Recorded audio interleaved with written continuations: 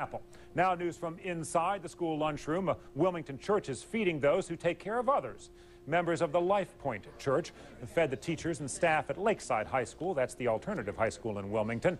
Teachers got to dine on good old Southern hospitality, and you saw it. Fried pork chops, lima beans, macaroni and cheese, and that's just the beginning. The church says it's important for people who work with the public to be thanked, and the educators say they appreciate it.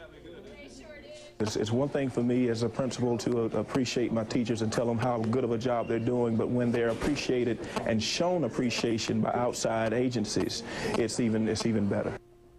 Now, Lifepoint Church just recently celebrated its 2-year anniversary. They say instead of throwing a party, they decided to give back to the community instead. Now, news from inside one of the school lunchrooms. A Wilmington church is feeding those who take care of others. Members of the Lifepoint Church fed the teachers and staff of Lakeside High School, the alternative high school in Wilmington. Teachers got to dine on a yummy spread. Check it out. Fried pork chops, lima beans, macaroni and cheese, and other treats. The church says it's important for people who work with the public to be thanked, and the educators say they appreciate it. Here in the Cape Fear area, in the past 2 weeks, we've looked at the Catholic and Baptist churches here, denominations most people are familiar with, and how they will look in 2020. Tonight, we take a look at a new type of church that's becoming more and more popular. Here's News Channel 3's Andy Scher. Welcome to Lifepoint Church. Here the choir prefers t-shirts to robes and electric guitars to organs. There are no pews here, just folding chairs and bleachers. Then there's lead pastor Jeff Kapusta, who loves to surf and hates to dress up.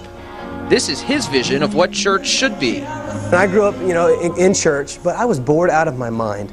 And church wasn't somewhere that I wanted to be, and I feel like we have the most exciting, life-changing message in all the world. We ought to be able to speak it in a way that makes sense and connects with the younger generation. I want to be more like Jesus, but I'm just being honest with you. Kapusta has been preaching his version of the gospel at Myrtle Grove Middle every Sunday for the past 2 years.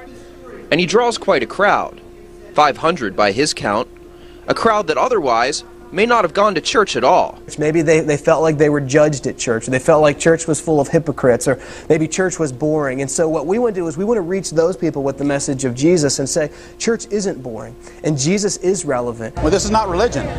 This is Christianity. Christianity, as you see it in the New Testament, is live, it's vibrant, it's changing. Religion, old, stagnant, stale, no interest, boring.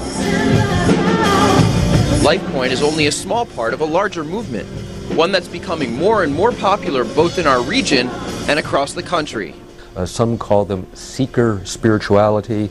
Some jokingly call it the Church of Barnes & Noble. What they're talking about are people who, when asked, are you religious? They say, no, I'm not religious, but I'm spiritual. That segment of the population will grow. I do feel more accepted in Lifepoint than I have been in other places. I feel like I'm not judged as much. Steve Rassin was raised Catholic. He and his wife sampled different churches in the area before ending up at Lifepoint. The message for me is simple enough that I can understand it, but it's focused enough that it makes sense to me. But once you get past the informality and the rock music, you have to wonder, what exactly is Kapusta's message? I believe that there is hope. There's hope in Jesus. There's hope in the cross. God loves us right where we're at. So 2020, to think about what would this church look like, my hope is that that's the message that's being broadcast. As more people move to our area, Kapusta says he hopes to expand his church beyond Monkey Junction. He hopes to set up branches in all 5 counties so that he can reach as many potential congregants as possible. In Wilmington, Andy Scher, WWAY News Channel 3. Now, Lifepoint is one of many spirituality-seeking churches in the area. Religious studies professor Walter Conser predicts there will be even more by 2020. Well, last week we launched